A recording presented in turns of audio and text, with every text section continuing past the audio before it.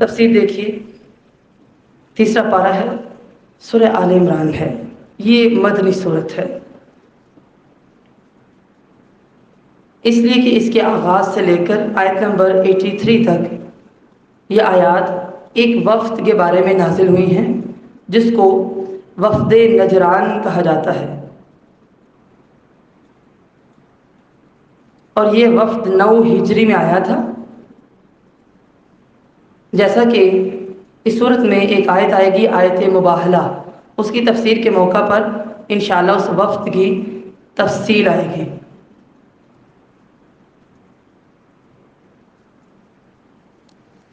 جیسے سورہ بقرہ کی فضیلت ہے ویسے سورہ آل عمران کی بھی فضیلت ہے، آپ اس سے پہلے پڑھ کر آئے ہیں۔ سورہ آل عمران کی فضیلت سورہ بقرہ کی فضیلت کے ساتھ میں نے بیان کر دی تھی، لہٰذا اس سورت کے مدنی ہونے پر مفسرین کا اتفاق ہے۔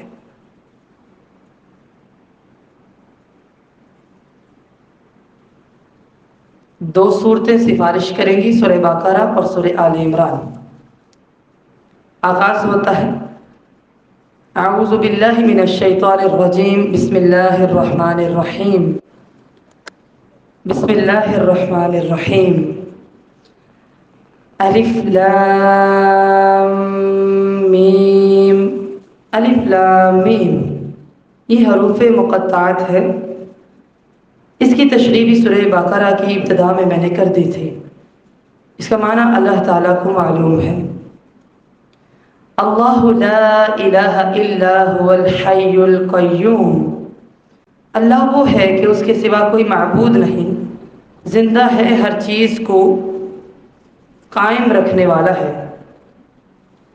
یہ اس صورت کا دعویٰ ہے، اور وفد نجران کو دعوت کی مناسبت سے اس کے اس بات پر زور دیا گیا ہے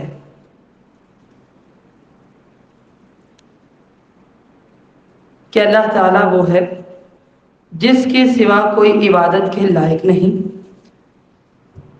وہ ہمیشہ سے ہے اور ہمیشہ رہے گا، اسے موت اور فنا نہیں ہے۔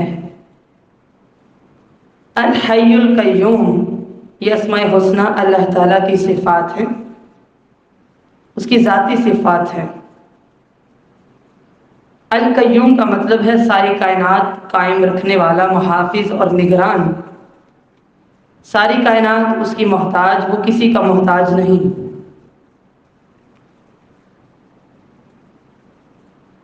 عیسائی عیسیٰ علیہ السلام کو اللہ یا اللہ کا بیٹا یا تین میں سے ایک مانتے تھے۔ گویا ان سے کہا جا رہا ہے کہ جب عیسیٰ علیہ السلام اللہ کی مخلوق ہیں، وہ ماں کے پیٹ سے پیدا ہوئے ہیں، اور ان کی پیدائش کا زمانہ بھی کائنات کے پیدا ہونے سے بہت بعد کا ہے، پھر ان پر موت بھی آئے گی، اور عیسائیوں کے بقول تو ان پر موت آ چکی ہے، نہ ان کی حیات ہمیشہ ہے، نہ قائم رہنا ہمیشہ کا ہے، تو وہ اللہ یا اللہ کے بیٹے کیسے بن سکتے ہیں؟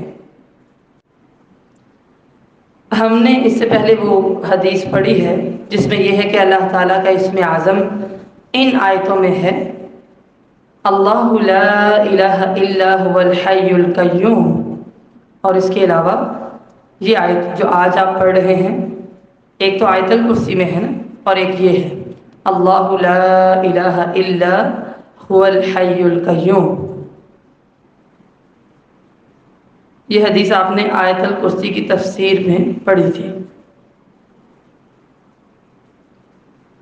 لہذا دوبارہ اس کی ضرورت نہیں ہے۔ نزل علیک الکتاب بالحق مصدقا لما بین یدیہ وانزل التوراۃ والانجیل، اس نے تجھ پر یہ کتاب حق کے ساتھ اتاری، اس کی تصدیق کرنے والی ہے جو اس سے پہلے ہے، اور اس نے تورات اور انجیل کو بھی نازل کیا ہے۔ یہاں الکتاب سے مراد قرآن مجید ہے، یعنی مکمل کتاب اب قرآن ہی ہے۔ الف لام عہد کا ہونے کی مناسبت سے یہ کتاب ترجمہ کیا گیا ہے۔ نزلہ کا معنی آہستہ آہستہ اتارنا ہے۔ دوسری آسمانی کتابوں کے برعکس قرآن مجید 23 برس میں مکمل نازل ہوا ہے۔ اس کی کیا حکمت ہے؟ اللہ تعالیٰ سورہ فرقان میں بیان فرماتے ہیں آیت نمبر 32 میں، وَقَالَ الَّذِينَ كَفَرُوا لَوْلَا أُنزِلَ عَلَيْهِ الْقُرْآنُ جُمْلَةً وَاحِدَةً كَذَلِكَ لِنُثَبِّتَ بِهِ فُؤَادَكَ وَرَتَّلْنَاهُ تَرْتِيلًا۔ اور کافر کہتے ہیں کہ اس پر قرآن ایک ہی دفعہ کیوں نہیں اتارا گیا؟ اسی طرح یہ اس لیے ہے کہ اس سے تمہارے دل کو قائم رکھا جائے، اور ہم اس کو ٹھہر ٹھہر کر پڑھتے ہیں۔ بالحق سے اس کا سچا اور اللہ تعالیٰ کی طرف سے نازل شدہ ہونا مراد ہے۔ مصدقا لما بین یدیہ، اس سے مراد کیا ہے کہ یہ قرآن مجید پہلی کتابوں کی تصدیق کرتا ہے۔ کیا مطلب ہے اس کا؟ کہ پہلی کتابوں میں جو خبریں اور بشارتیں ذکر ہیں، اس میں بھی وہی خبریں ہیں اور بشارتیں ہیں۔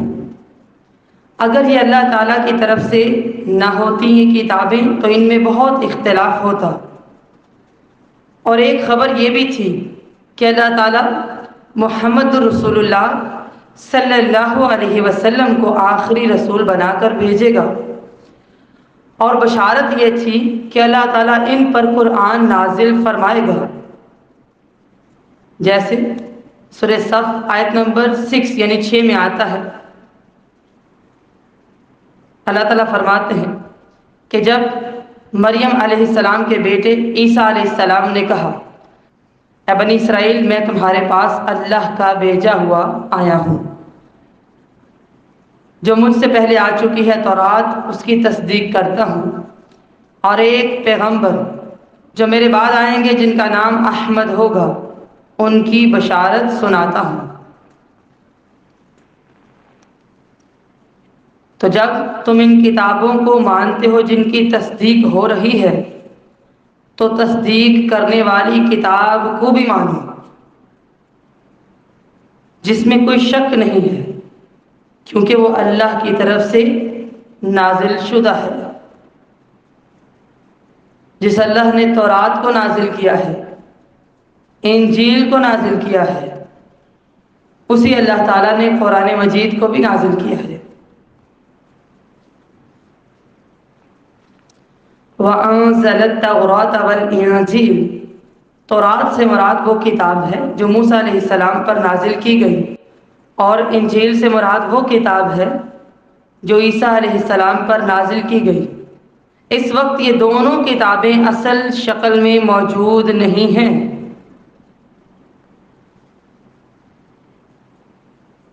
تورات بائبل کے عہد قدیم کی پہلی 5 کتابوں کا نام ہے، اور انجیل بائبل کے عہد جدید کی پہلی 4 کتابوں میں متفرق طور پر درج ہے۔ یہود و نصارہ نے انہیں بہت زیادہ بدل ڈالا ہے۔ یہ کتابیں پہلے زمانے میں لوگوں کے لیے ہدایت کا کام کرتی تھیں، مگر جب ان کے اندر باطل شامل ہوا تو اللہ تعالیٰ نے صحیح اور غلط میں فرق کرنے والی کتاب قرآن مجید نازل فرمائی، اور اسی لحاظ سے اس کا نام فرقان رکھا ہے۔ من قبل هدى للناس وأنزل الفرقان إن الذين كفروا بآيات الله لهم عذاب شديد والله عزيز ذو انتقام، اس سے پہلے لوگوں کی ہدایت کے لیے، اور اس نے حق اور باطل میں فرق کرنے والی کتاب اتاری ہے۔ پہلے تورات اور انجیل سے لوگوں کو ہدایت ملتی تھی، لیکن جب اس میں تحریف ہوئی تو اللہ تعالیٰ نے فرقان یعنی قرآن مجید کو نازل فرمایا۔ بے شک جن لوگوں نے اللہ کی آیات کا انکار کیا ان کے لیے بہت سخت عذاب ہے، اور اللہ سب پر غالب بدلہ لینے والا ہے۔ اب قرآن مجید کو سچا مانے بغیر ہدایت حاصل کرنے کا کوئی اور ذریعہ نہیں۔ جو اس کا انکار کرے گا اس کے لیے سخت ترین عذاب ہے، اور اللہ تعالیٰ اس پر غالب بھی ہے۔ وہ عظیم الشان بادشاہ ہے جو آیات کی تکذیب کریں گے، مخالفت کریں گے، وہ ان سے بدلہ لینے پر قادر ہے۔ ان اللہ لا یخفی علیہ شیء فی الارض ولا فی السماء هو الذی یصورکم فی الارحام کیف یشاء لا الہ الا هو العزیز الحکیم۔ بے شک اللہ تعالیٰ وہ ہے جس پر کوئی چیز نہ زمین میں چھپی رہتی ہے اور نہ آسمان میں، وہی ہے جو رحموں میں تمہاری صورت بناتا ہے جس طرح چاہتا ہے، اس کے سوا کوئی معبود نہیں، سب پر غالب کمال حکمت والا ہے۔ یہ دونوں آیات اللہ تعالیٰ کے عزیز و ذو انتقام ہونے کے لیے بھی دلیل ہے، اور سورت میں جو دعویٰ کیا گیا ہے اللہ لا الہ الا هو الحی القیوم، یہ اس کی بھی دلیل ہے۔ یہاں پہلے بتایا گیا کہ اللہ تعالیٰ کو آسمان و زمین کی ہر بڑی اور چھوٹی، ظاہر اور پوشیدہ چیز کا علم ہے، حالانکہ وہ عرش پر ہے۔ پھر اس طرف اشارہ کیا کہ عیسیٰ علیہ السلام اللہ تعالیٰ کے ایک بندے ہیں، جس طرح دوسرے انسانوں کو اللہ نے ماں کے پیٹ میں پیدا کیا ایسے ہی ان کو بھی پیدا کیا۔ پھر وہ خدا یا خدا کا بیٹا کیسے ہو سکتے ہیں، جیسا کہ عیسائیوں کا غلط عقیدہ ہے۔ اللہ تعالیٰ سے کوئی بھی چیز چھپتی نہیں ہے، وہی ہے جو ماں کے پیٹ میں جیسی چاہتا ہے تمہاری صورتیں بناتا ہے، کوئی لڑکا ہے یا لڑکی، حسین ہو یا نہ ہو، بدبخت ہے یا سعادت مند، وہ سب جانتا ہے۔ یعنی مذکر ہے یا مؤنث ہے، سرخ ہے یا سیاہ ہے، کامل ہے یا ناقص ہے، حتیٰ کہ عمر اور رزق بھی اسی وقت لکھ دیا جاتا ہے، جیسا کہ کئی احادیث میں اس کا ذکر بھی ہے۔ یہ بخاری میں آتا ہے کہ عمر اور رزق بھی لکھ دیا جاتا ہے۔ آخر میں پھر وہی دعویٰ لا الہ الا ہو، اللہ کے سوا کوئی عبادت کے لائق نہیں، وہی دہرا دیا۔ کائنات کا سارا سلسلہ اللہ تعالیٰ اکیلے چلا رہا ہے، اس کا غلبہ ہے، قوت ہے، حکمت ہے، دانائی ہے، اس کے سوا کسی میں یہ صفات نہیں، لہٰذا عبادت بھی صرف اسی کا حق ہے۔ وہ نہ تو عیسیٰ علیہ السلام کا حق ہے، نہ ان کی والدہ کا، نہ کسی اور کا۔ تو عیسیٰ علیہ السلام اللہ تعالیٰ کے بندے اور مخلوق ہیں، انہیں بھی اللہ تعالیٰ نے ہی پیدا کیا ہے۔ سورۃ الزمر آیت نمبر 6 میں آتا ہے، اللہ تعالیٰ فرماتے ہیں یخلقکم فی بطون امہاتکم خلقا من بعد خلق فی ظلمات ثلاث، وہی تم کو تمہاری ماؤں کے پیٹوں میں ایک پیدائش یعنی مرحلے کے بعد پھر دوسری پیدائش میں 3 قسم کے اندھیروں یعنی کہ پردے ہوتے ہیں ان میں پیدا کرتا ہے۔ اور یہ قدرت صرف اللہ تعالیٰ کے پاس ہے۔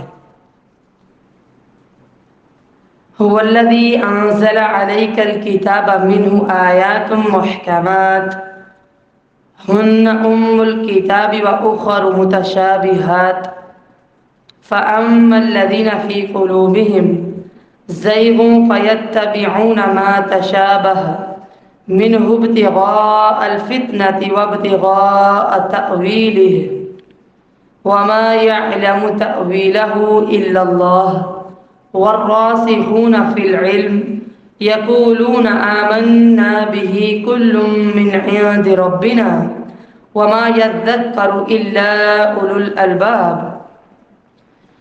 وہی ہے جس نے تجھ پر یہ کتاب اتاری جس میں سے کچھ آیات محکم ہیں، وہی کتاب کی اصل ہے، اور کچھ دوسری کئی معنوں میں ملتی جلتی ہیں۔ پھر جن لوگوں کے دلوں میں کجی ہے وہ اس میں سے ان کی پیروی کرتے ہیں جو کئی معنوں میں ملتی جلتی ہیں، فتنے کی تلاش کے لیے اور ان کی اصل مراد کی تلاش کے لیے، حالانکہ ان کی اصل مراد نہیں جانتا مگر اللہ۔ اور جو علم میں پختہ ہیں وہ کہتے ہیں ہم اس پر ایمان لائے، سب ہمارے رب کی طرف سے ہے، اور نصیحت قبول نہیں کرتے مگر جو اہل عقل ہیں۔ ایک جگہ قرآن مجید کی تمام آیات کو محکم کہا گیا ہے۔ سورہ ہود آیت نمبر 1 میں الف لام را کتاب احکمت آیاتہ، ایک کتاب ہے جس کی آیات محکم کی گئی ہیں،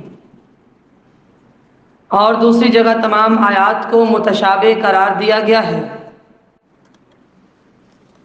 اور دوسری جگہ تمام آیات کو متشابہ قرار دیا گیا ہے، جیسے سورۃ الزمر اللہ تعالیٰ فرماتے ہیں آیت نمبر 23 ہے اللہ نزل احسن الحدیث کتابا متشابہا، اللہ تعالیٰ نے سب سے اچھی بات نازل فرمائی ایسی کتاب جو آپس میں ملتی جلتی ہے، اور یہاں پر بعض آیات کو متشابہ قرار دیا ہے، بعض کو محکم، مگر اس میں کوئی تعارض نہیں ہے۔ تمام آیات کے محکم ہونے کا مطلب یہ ہے کہ پورے قرآن میں کوئی کمی یا خرابی نہیں، نہایت مضبوط اور محکم ہے۔ اور متشابہ ہونے کا مطلب یہ ہے کہ اس کی تمام آیات فصاحت و بلاغت اور مضامین میں، معانی میں ایک دوسرے سے ملتی جلتی ہیں۔ اور اس آیت میں جو اللہ تعالیٰ نے فرمایا کہ بعض آیات محکم ہیں اور بعض متشابہ، تو محکمات سے مراد وہ آیات ہیں جن کا مفہوم بالکل واضح اور صریح ہے، ان میں کسی قسم کی تعویل کی گنجائش نہیں، ان کو ام الکتاب قرار دیا گیا ہے، یعنی اصل اور بنیاد۔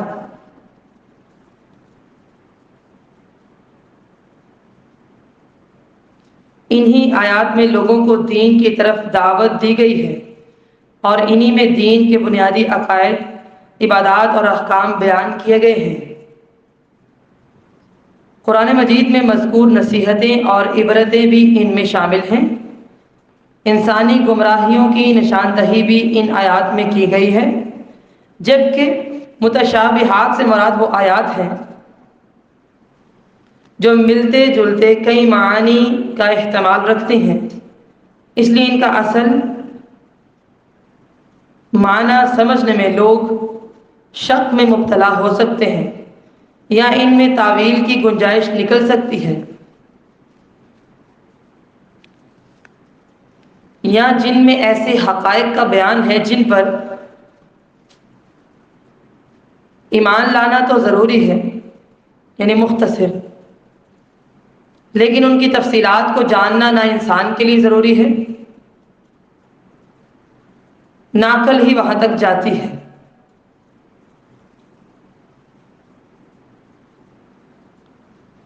ٹھیک ہے، جیسے دیکھیں حروف مقطعات ہیں، اس کا معنی کرنے کی ہمیں ضرورت نہیں کہ ہم تعویل کریں جی کہ طٰہٰ سے مراد کیا ہے، حامیم سے مراد کیا ہے، نہیں، اس کا معنی اللہ تعالیٰ کو معلوم ہے۔ اس آیت میں عیسائیوں کو بھی تنبیہ کی گئی ہے کہ وہ عیسیٰ علیہ السلام سے متعلق جو الفاظ آتے ہیں جیسے کلمتہ یا پھر روح منہ وغیرہ، تو وہ اس سے استدلال یہ نکالتے ہیں کہ وہ اللہ کے بیٹے ہیں،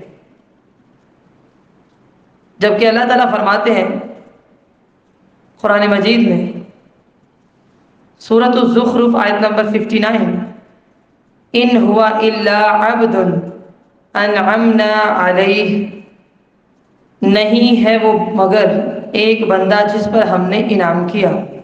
یا پھر سورۃ آل عمران آیت نمبر 59 میں اللہ تعالیٰ فرماتے ہیں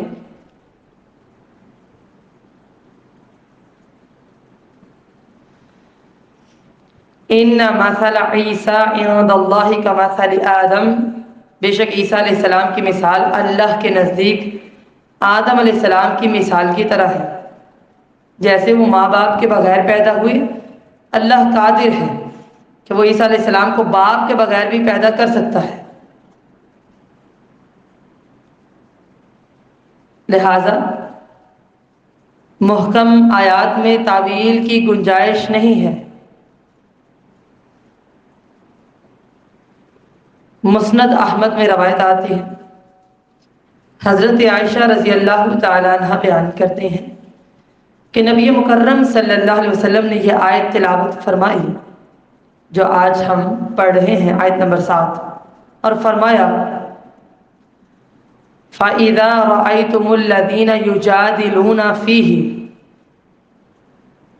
فَهُمُ الَّذِينَ عَنَ اللَّهُ عَزَّ وَجَلَّ فَاحْذَرُوهُمْ، جب تم ان لوگوں کو دیکھو جو اس میں جھگڑا کریں تو یہ وہی لوگ ہیں جن کا اللہ تعالیٰ نے ذکر فرمایا ہے، لہٰذا تم ان سے بچ جاؤ. صحیح بخاری میں آتا ہے، حضرت عائشہ رضی اللہ تعالیٰ عنہ سے روایت ہے کہ نبی مکرم صلی اللہ علیہ وسلم نے اس آیت کریمہ کی تلاوت فرمائی اور فرمایا فَإِذَا رَأَيْتِ الَّذِينَ يَتَّبِعُونَ مَا تَشَابَهَ مِنْهُ فَأُولَئِكَ الَّذِينَ سَمَّ اللَّهُ فَاحْذَرُوهُمْ، تم جب ان لوگوں کو دیکھو جو قرآن مجید کی متشابہ آیات کی پیروی کرتے ہیں تو یہ وہی لوگ ہیں جن کا اللہ تعالیٰ نے نام لیا ہے، لہٰذا تم ان سے بچ جاؤ. متشابہات سے مراد کیا ہے؟ اس کی اصل کو اللہ تعالیٰ ہی جانتا ہے. جیسے حروف مقطعات ہیں،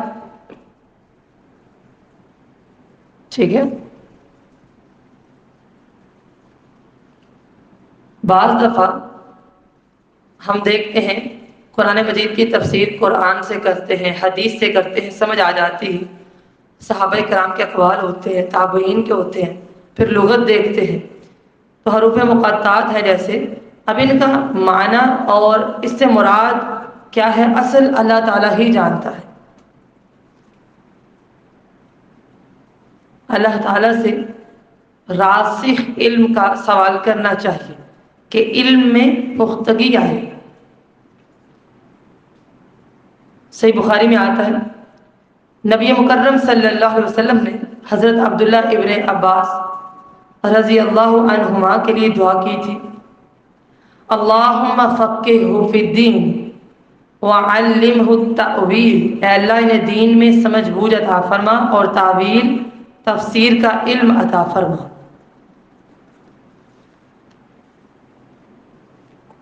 قرآن مجید میں تعویل کا لفظ دو معنوں کے لیے استعمال ہوتا ہے.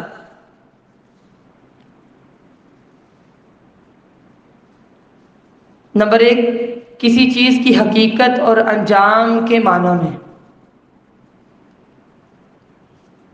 مثلا سورہ یوسف آیت نمبر 100 میں آتا ہے، اللہ تعالیٰ فرماتے ہیں وَقَالَ يَا أَبَتِ هَذَا تَأْوِيلُ رُؤْيَايَ مِن قَبْلُ، اور یوسف علیہ السلام نے کہا ابا جان یہ میرے اس خواب کی حقیقت ہے جو میں نے پہلے بچپن میں دیکھا تھا.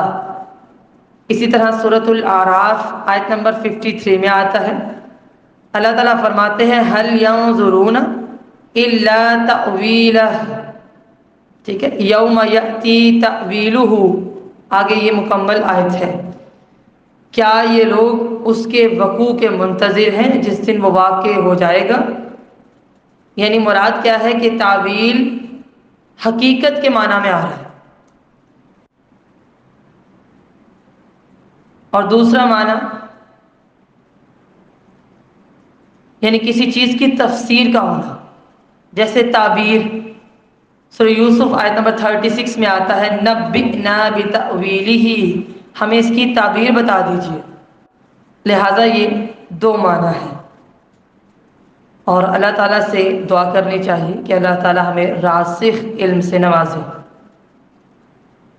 تمام آیات خواہ وہ محکم ہوں یا متشابہ، حق اور سچ ہیں، ان میں سے ہر ایک دوسرے کی تصدیق کرتی ہے اور اس کے حق ہونے کی شہادت دیتی ہے، کیونکہ یہ تمام آیات اللہ تعالیٰ کی طرف سے ہیں، اور اللہ تعالیٰ کے پاس سے آنے والی آیات میں نہ اختلاف ہو سکتا ہے نہ تضاد۔ سورہ النساء آیت نمبر 82 میں اللہ تعالیٰ فرماتے ہیں افلا يتدبرون القرآن ولو كان من عند غير الله لوجدوا فيه اختلافا كثيرا، کیا پھر یہ قرآن میں غور و فکر نہیں کرتے؟ اور اگر یہ اللہ کے سوا کسی اور کا کلام ہوتا تو وہ یقیناً اس میں بہت سا اختلاف پاتے۔ لہٰذا یہ کلام کس کا ہے؟ یہ اللہ تعالیٰ کا ہے۔ وہ لوگ جن کے دلوں میں کجی ہے، جن کا مشغلہ یہ ہے کہ وہ صرف فتنہ پیدا کریں، وہ محکمات کو چھوڑ کر متشابہات کے پیچھے پڑ جاتے ہیں، کیونکہ اس میں کئی معنی ہو سکتے ہیں، اور وہ ہمیشہ وہ معنی نکالتے ہیں جو قرآن مجید کے صریح حکم کے خلاف ہوتے ہیں، یعنی وہ معنی نکالتے ہیں جو محکم آیات کے خلاف ہوتے ہیں، فتنے کی تلاش کے لیے اور اپنے خیال میں اس کی اصل مراد تلاش کرنے کے لیے۔ ان کو لگتا ہے کہ شاید ہماری عقل اتنی ہے کہ ہم خود معنی کر سکتے ہیں۔ ابو داود کی روایت ہے، نبی مکرم صلی اللہ علیہ وسلم نے فرمایا قرآن میں جھگڑنا کفر ہے، پس ضروری ہے قرآن کا جو حصہ محکم ہے اس پر عمل کیا جائے، جو متشابہ ہے اس پر بالکل ویسے ہی ایمان لایا جائے جیسے وہ حکم ہے، اور تفصیلات سے بحث نہ کی جائے۔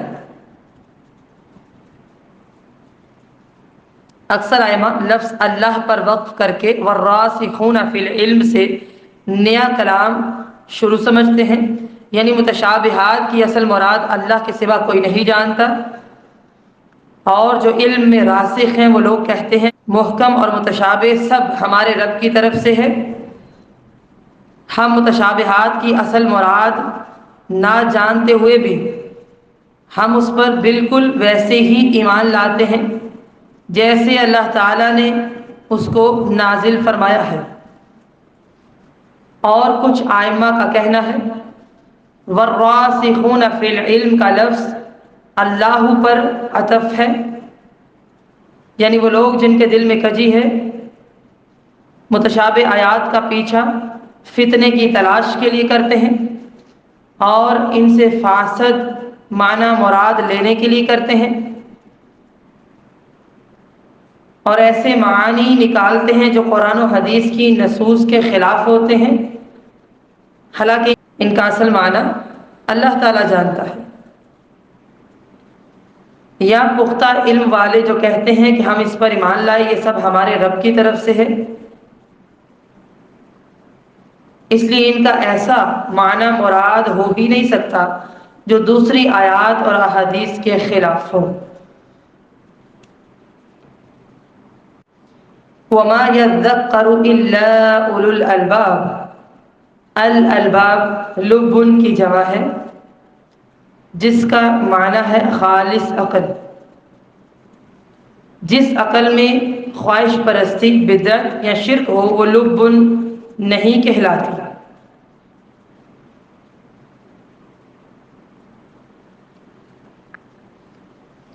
مقصد یہ ہے کہ متشابہ کی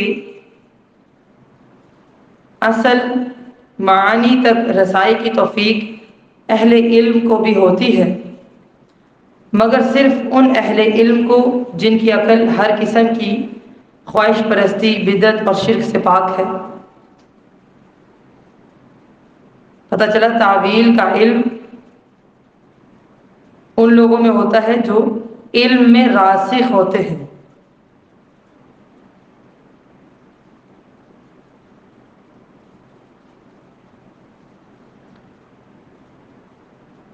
یہاں پر تعویل کے دو معنی مراد ہوئے وقف کے اعتبار سے، دو چیزیں میں نے 2 پوائنٹس ذکر کیے ہیں، وہ لکھنے ہیں۔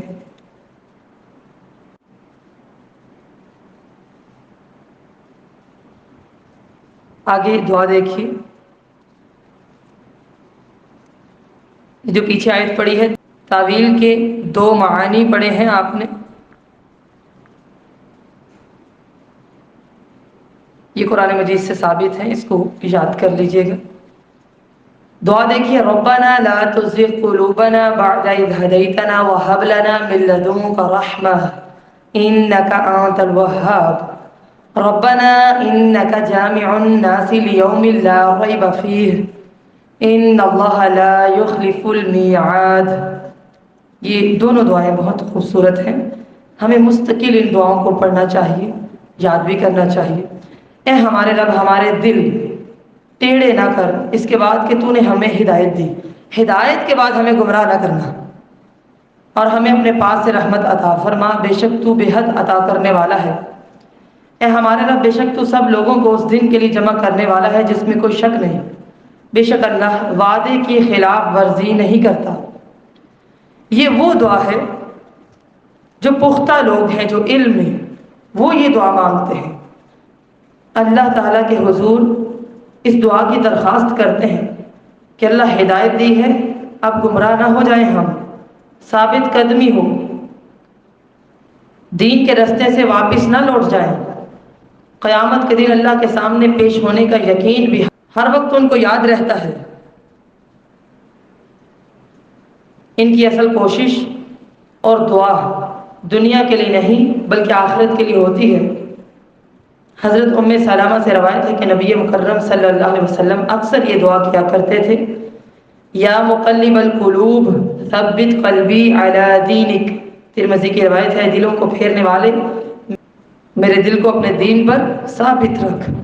لہٰذا اس دعا کو آپ نے لکھنا ہے، لازمی یاد کرنا ہے، اور یہ دعا کرنی بھی ہے کہ اللہ اگر ہدایت مل گئی ہے، اب اس کے بعد ہمارے دل پھر نہ جائیں، بے شک تو عطا کرنے والا ہے۔ اے ہمارے رب، بے شک تو سب لوگوں کو اس دن کے لیے جمع کرنے والا ہے جس میں کوئی شک نہیں، اور اللہ تعالیٰ اپنے وعدے کے خلاف نہیں کرتا۔ یہ دعا مجھے خود بہت پسند ہے، ربنا لا تزغ قلوبنا بعد اذ هديتنا وهب لنا من لدنك رحمة انك انت الوهاب۔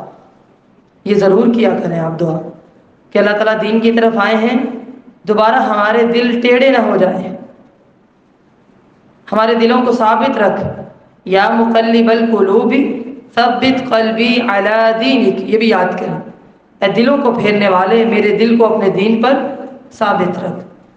اللہ تعالیٰ ہمیں استقامت عطا فرمائے۔ سبحانک اللہم و بحمدک، نشہد ان لا الہ الا انت، نستغفرک و نتوب الیک۔ والسلام علیکم ورحمۃ اللہ وبرکاتہ۔